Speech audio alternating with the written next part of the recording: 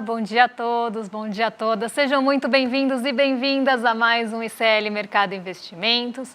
Hoje, sexta-feira, dia de falar do payroll que finalmente chegou, né? A gente está desde a semana passada falando das expectativas que a gente tinha por esse relatório do mercado de trabalho dos Estados Unidos. Ele finalmente saiu, então a gente vai falar sobre isso com vocês e possíveis consequências também ao longo do dia. Mas a gente tem um assunto muito importante que mexe com o nosso bolso, porque saíram os dados da cesta básica, a publicação aí do DIEESE, e a gente vai falar como é que foi o comportamento da cesta básica aí no mês de março.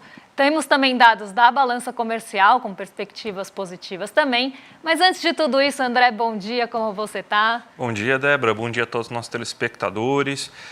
A gente vai falar hoje bastante aí da balança comercial, que está com dados muito positivos, surpreendentemente positivos, inclusive, né? Então, vamos repercutir um pouco sobre isso. Vamos falar também aí da cesta básica, explicar por que ela subiu, quais foram as capitais que ela subiram, o que está acontecendo aí, de novo, a questão climática, alta dos alimentos interferindo na vida do brasileiro. Vamos falar do payroll aí, que pode mudar, inclusive, aí alguns aspectos daquela decisão de taxa de juros dos Estados Unidos, que está todo mundo com isso no radar. Mas antes de tudo isso, Débora, já vamos então para a nossa agenda do dia, ver o que está acontecendo, então? Vamos passar pela agenda, porque hoje a gente tem uma agenda mais recheada também, né? Várias divulgações importantes acontecendo nessa sexta-feira. Então, às 1h30 da manhã, a Índia divulgou sua decisão de política monetária. A gente teve dados de vendas no varejo da zona do euro, que acabaram ali ficando no terreno negativo. A gente teve um encolhimento das vendas no varejo em fevereiro. O IGPDI de março foi divulgado às 8 horas da manhã aqui no Brasil pela FGV. Setor público consolidado de fevereiro também foi divulgado hoje pelo Banco Central às 8h30. E a gente tem, novamente, uma série de dirigentes do Fed, do Banco Central dos Estados Unidos, discursando ao longo do dia, começando aí pela Susan Collins. Então, a gente vai ter mais um dia marcado e com o radar ali nos pronunciamentos dos dirigentes do Banco Central, ainda mais num dia que saiu o payroll. Então, o payroll também está na agenda. Payroll é o nome dado aí para o relatório de mercado de trabalho dos Estados Unidos. A gente vai passar pelos principais aspectos e tentar entender aí o que isso pode mexer ou não com a nossa bolsa aqui e com o mercado no geral. Então, podem passar aí para a próxima página da agenda.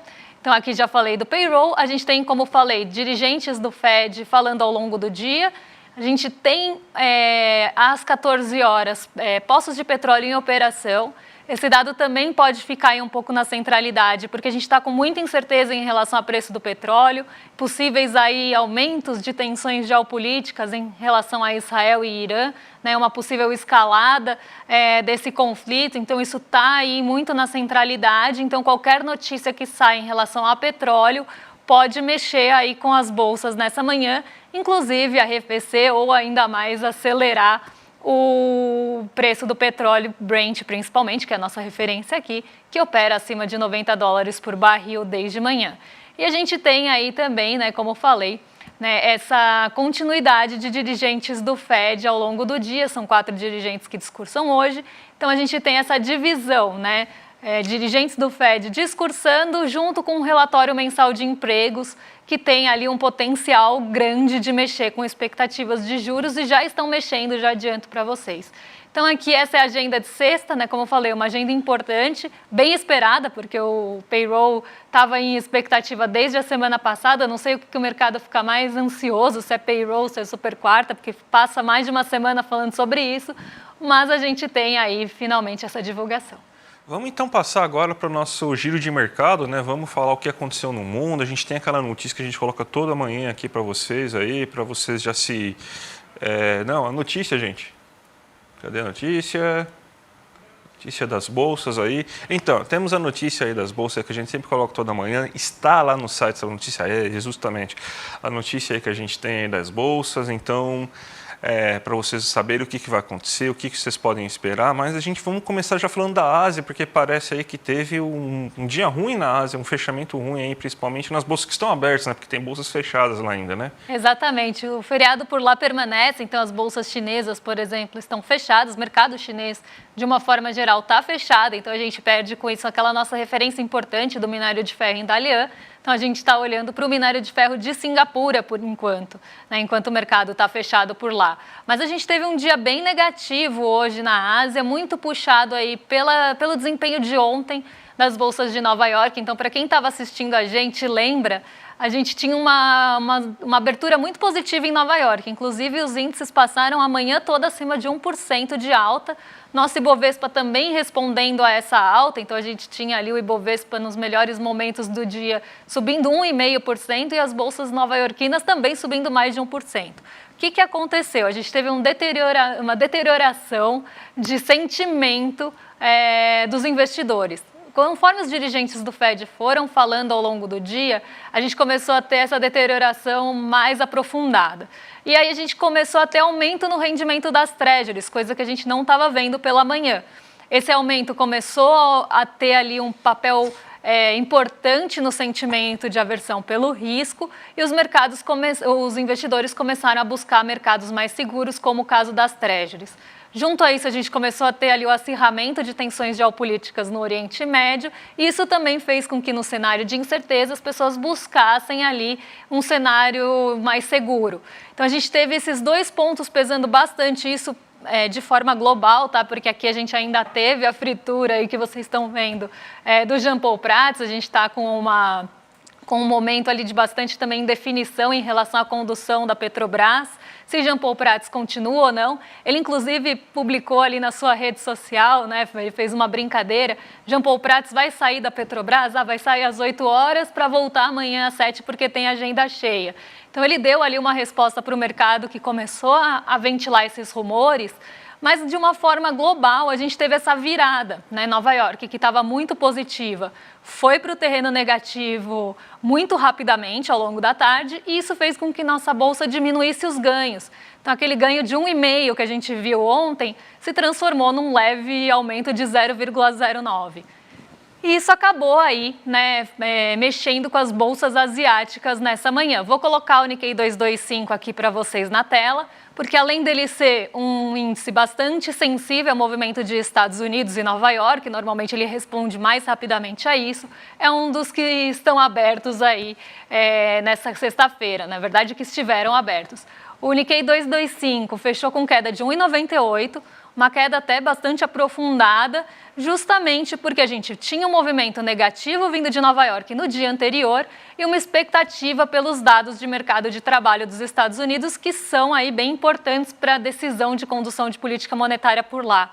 Então, na expectativa pelo payroll e respondendo aos dados do dia anterior, o Nikkei 225 caiu e caiu bruscamente, até porque outros mercados asiáticos estão fechados e aí a referência de Nova York acaba se tornando até um pouco mais importante. Então, um dia bem negativo na Ásia, as bolsas por lá caíram majoritariamente, muito aí em resposta dessa deterioração do sentimento dos investidores ontem. Então, realmente um pessimismo maior começou a rondar, e ele foi cada vez mais sendo aprofundado, conforme ali a gente tinha um distanciamento ou até uma incerteza maior de quando os cortes de juros vão começar nos Estados Unidos. Apesar da gente ainda ter a maioria ali dos entrevistados, e até mesmo quando a gente olha contratos futuros, a maioria dos contratos indicando que esses cortes vão começar em junho, ainda tem uma incerteza muito grande em relação a isso. E aí os dirigentes do Fed não estão dando nenhuma sinalização de que sim, vai começar em junho. Isso está ficando muito em aberto e está trazendo aí toda a volatilidade que vocês estão vendo esses dias, principalmente no rendimento dos títulos de dívida por lá. Vamos agora para o nosso Brasilzão, então, que a gente tem informação importante sobre a balança comercial. Saiu ontem esse dado, né? A gente tem a notícia aqui no nosso site aí que a gente vai colocar para vocês aí em relação à balança comercial, que você teve superávit de 19 bilhões já nesse primeiro trimestre, e esse é o maior superávit da série histórica. A gente está tendo uma balança comercial surpreendentemente aquecida nesse primeiro momento, mesmo tendo uma alta tanto das exportações quanto uma alta das importações. A gente tem aqui um gráfico para mostrar para vocês aí o que está acontecendo com a balança comercial nesse momento agora, né? Então, o que a gente vê é que você teve até esse ano um total de 78%, 78 bilhões e 272 milhões em exportações. ao mesmo tempo que você teve 59,193 bilhões em importações, resultando num saldo de 19 bilhões em exportações. Se a gente pegar só o mês de março, a gente vai ver aí que a gente exportou 27,9 bilhões e importou 20,5, né? Vamos dar para arredondar 20,5 bilhões aí, chegando num saldo de 7,48 bilhões somente no mês de março. Então a gente está com uma aceleração muito forte da balança comercial.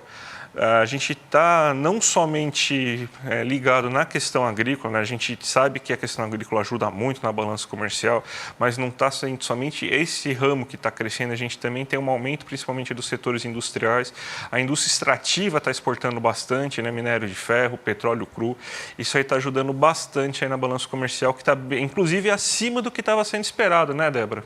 Exatamente, e a gente renova aí uma máxima, né, da balança comercial que superou bastante aí as expectativas. Mas a gente tem outro dado importante aqui de Brasil, né, um dado que mexe com o nosso bolso e que deve aí, merece bastante atenção, embora fique em segundo plano quando a gente vai falar de mercado, que é o valor da cesta básica, que subiu em 10 capitais aí no mês de março. Então, a gente sabe aí que estamos com problemas do preço dos alimentos. Está arrefecendo um pouco esses problemas em relação ao preço dos alimentos. A gente está tendo uma alta um pouco menor, então está desacelerando essa inflação, mas ainda temos inflação. Tanto que a gente começa o ano com 16 das 17 capitais com um aumento na cesta básica, a gente passa para o próximo mês com 14 das 17 capitais medidas com aumento na cesta básica, agora a gente passa para 10 das 17, ou seja, está melhorando um pouco, mas os aumentos ainda são observados, né? Então a gente está tendo sim um problema climático que está afetando bastante o preço dos alimentos, e a cesta básica é muito sensível a esses preços dos alimentos. A banana, o tomate são itens que estão crescendo aí de preço. A gente também tem alta no preço do arroz, alta no preço do feijão. Isso aí está levando a cesta básica a ter essas altas. A gente tem aqui, inclusive, uma tabela aqui mostrando aí o top 5 aí, vamos dizer assim, o top 5 aí dos problemas que a gente está enfrentando aí da cesta básica nesse mês. A gente tem, São Paulo, tem a cesta básica mais cara no Brasil hoje, né? Que é uma cesta básica que está custando R$ 813. Teve um aumento de 0,6% entre o mês e 8, e você tem que trabalhar, e você tem então que ele já está consumindo 62,27% do salário mínimo, né? É bastante, né? Para você conseguir comprar uma cesta básica hoje em São Paulo, você tem que trabalhar 146 horas e 43 minutos. Já variou no ano em 6,87% e nos últimos 12 meses em 3,97%. A gente tem o Rio de Janeiro. O Rio de Janeiro apresentou queda no preço da cesta básica de 2,47% e perdeu o posto de cesta básica mais cara. Era a cesta básica mais cara no último mês, agora está custando R$ 812,25. Está consumindo 62,2% do salário mínimo, então é bem considerável. Já tem uma alta no ano de 9,97% a cesta básica do Rio, ou seja, somente nesses 3 primeiros meses, a cesta básica subiu quase 10% no Rio, nos últimos 12 meses, 10,42%. Para vocês verem aí que essa alta está muito concentrada realmente no último, no último mês do último ano e nesses 3 primeiros meses desse ano. Florianópolis tem a terceira cesta básica mais cara, de R$ 791,21, com uma variação de 1% entre um mês e outro, né? Consumindo 60,58% do salário mínimo, uma variação no ano de 4,31%, nos últimos 12 meses de 6,6%. Porto Alegre, você teve uma queda no custo da cesta básica de 2,43%, custando hoje R$ 777,43, com uma variação no ano de 1,42%, então teve uma variação bem menor a cesta básica de Porto Alegre, e nos últimos 12 meses de 4,2%, ou seja, uma cesta básica que está tendo um comportamento um pouco melhor, aí está tendo um resultado um pouco melhor no Rio Grande do Sul. Brasília, você tem uma cesta básica que está custando R$ 747,68, a variação mensal dela foi de 0,78%, já subiu no ano 7% e nos últimos 12 meses 7,84%. Mais um exemplo, a gente vê aí que está muito concentrado o aumento da cesta básica nesse ano. Então, nos últimos 12 meses subiu 0,84% e somente nesse ano, né, subiu 7%. Para vocês terem uma ideia. E para finalizar, a gente tem a cesta básica do Campo Grande, que está custando R$ 730, teve uma queda mensal de 2,43%. Você está consumindo 55,9% do salário mínimo líquido, uma variação no ano de 4,63% e uma variação em 12 meses de 1,51%. Então, esse é mais ou menos o reflexo aí da cesta básica, que está sendo muito afetada justamente pela alta dos preços dos alimentos. Isso aí deve acabar atrapalhando um pouco aí a inflação. A gente já tem uma boa medida aí do que pode acontecer com a inflação aí nesse mês, né, Débora? Exatamente. A gente vê aí, né, as cestas básicas, de uma forma geral, pelo menos nesse top 5 aí, consumindo mais de 55% do salário mínimo líquido.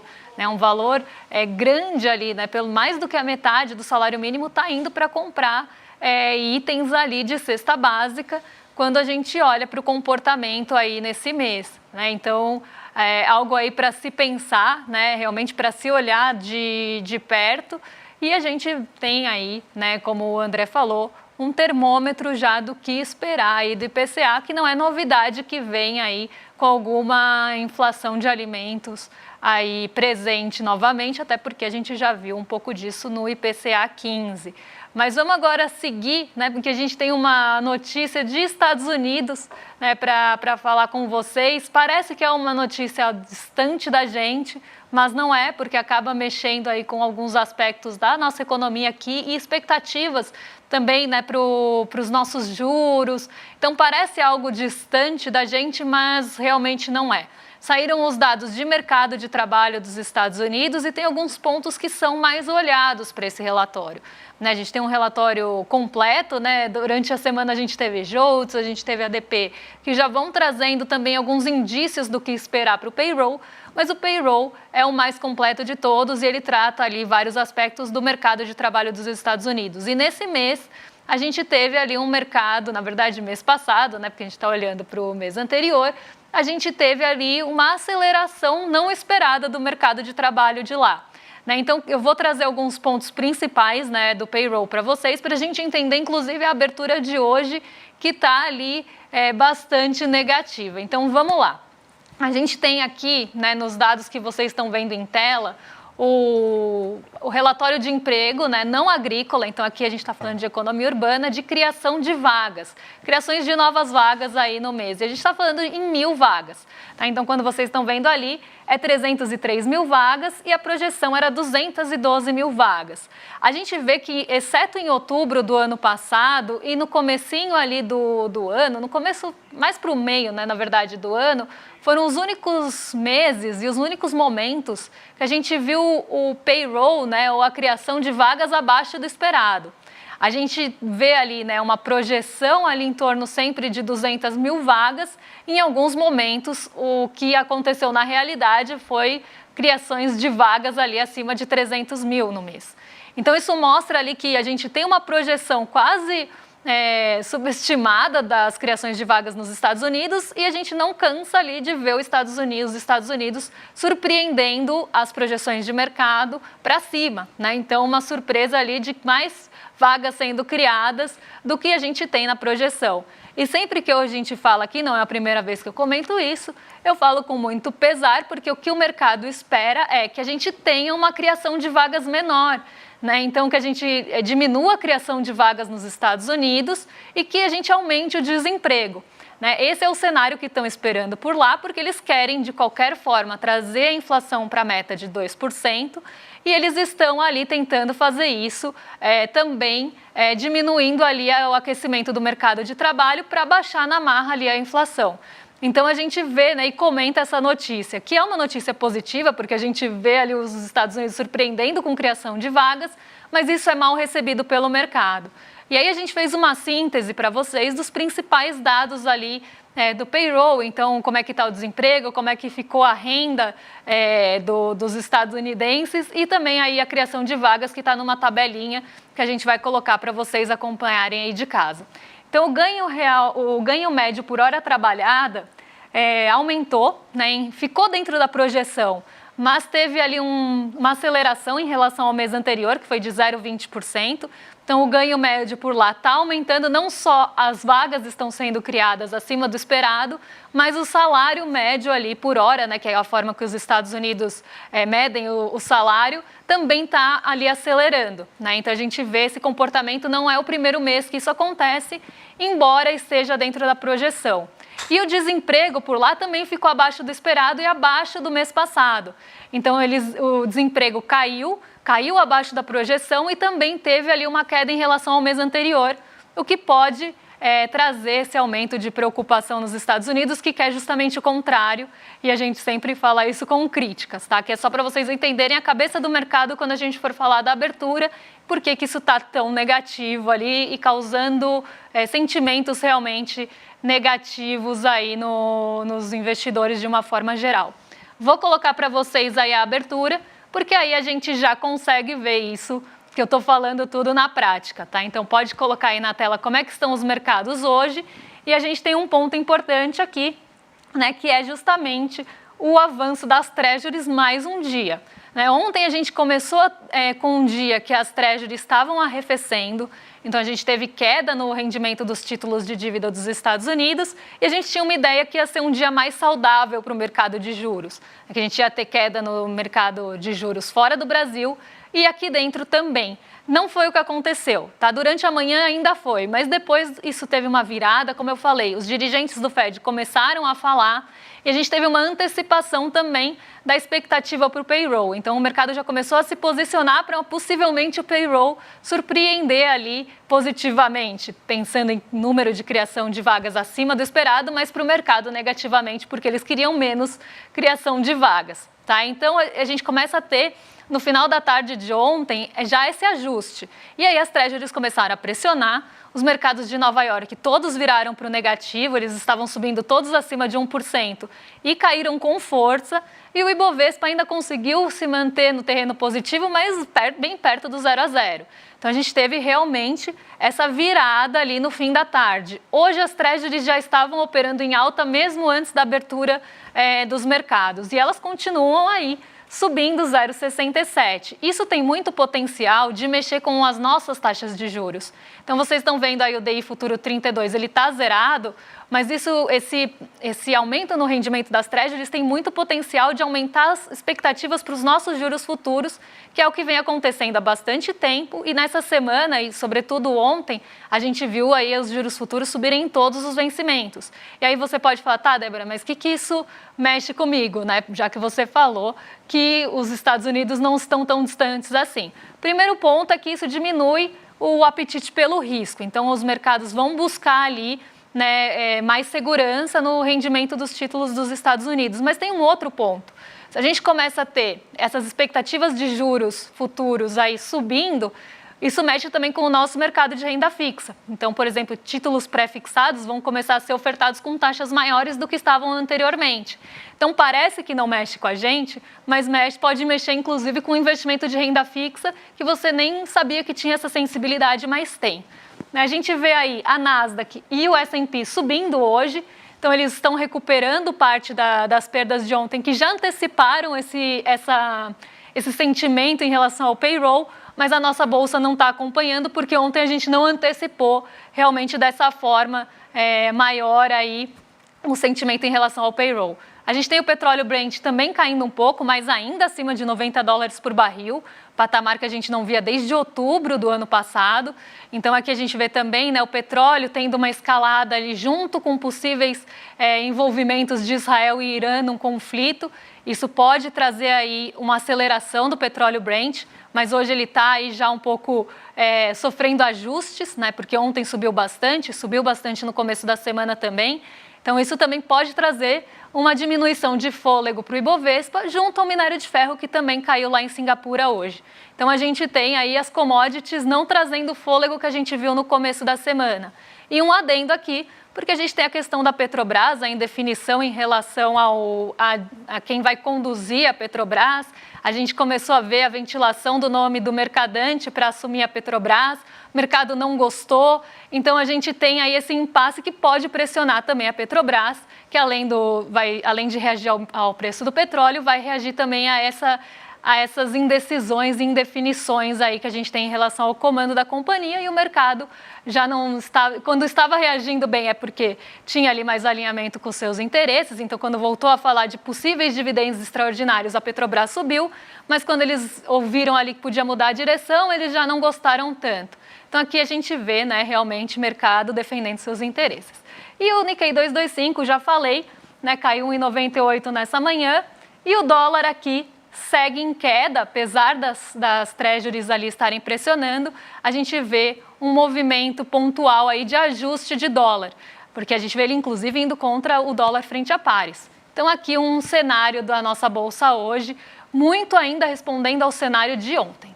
Débora, chegou a hora, né? Domingo agora, né? A gente vai ter esse grande evento com o Elliot Aronson, né? O autor do Animal Social, o livro preferido do Edu. Então, vamos passar um VTzinho para vocês aí, só para você, com o Eduardo, chamando vocês aí para participar dessa live.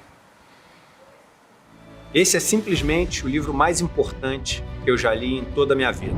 O Daniel Gilbert, um dos autores mais reputados no mundo no campo da psicologia social, descreve também como o melhor livro já escrito no campo da psicologia social. O Elliot Aronson, autor de O Animal Social, ele é o único psicólogo americano a ganhar os 3 principais prêmios da psicologia nos Estados Unidos: melhor professor, melhor autor e melhor pesquisador. Um sonho que eu tinha na minha vida era poder entrevistá-lo. Ele já está com idade avançada, tem 92 anos, mas esbanja a lucidez. Conseguimos! E vamos trazer esse presente para toda a nossa comunidade. No dia 7 de abril, um domingo, às 8 horas da noite, no horário de Brasília, Elliot Aronson vai nos dar uma entrevista sobre o conteúdo do Animal Social. Conto com vocês na aula. Um abraço. Tem muita gente... Imperdível, né, gente? Então, já clica aqui no link aqui embaixo aí para quem está vendo aí, que é o iclmercado.com.br. Já se inscreve aí, o sininho vai tocar na hora de começar. Então, gente, imperdível, né? Exatamente. Assim como o Payroll, finalmente chegou a hora aí de vocês assistirem essa aula nesse fim de semana aí com essa figura tão importante. Agora vocês ficam com o Rolê ICL na sequência, né? Então a gente tem a Gabriela Varela e o Guga Noblar hoje com vocês aqui às 11h30 da manhã. Então na segunda-feira a gente volta para trazer os principais assuntos do dia e agora vocês ficam aí com o Rolê ICL. Até segunda, um beijão. Até mais, gente. Tchau, tchau. Fala, turma! Tá chegando a hora da gente aprender com quem sabe. Faltam só 2 dias. A gente se encontra no dia 7 de abril, no domingo agora, às 8 horas da noite, com Elliot Aronson, o psicólogo social mais importante vivo do mundo, que aos 92 anos de idade esbanja a lucidez e vai nos explicar por que a gente se comporta da forma como a gente se comporta. Ele é autor desse livro aqui, o livro mais importante já escrito sobre o tema. Uma conversa com ele é algo inédito no Brasil. Se inscreve agora no botão Saiba Mais. Vamos participar junto desse encontro histórico e que vai mudar a visão de todo mundo. Um abraço e até lá.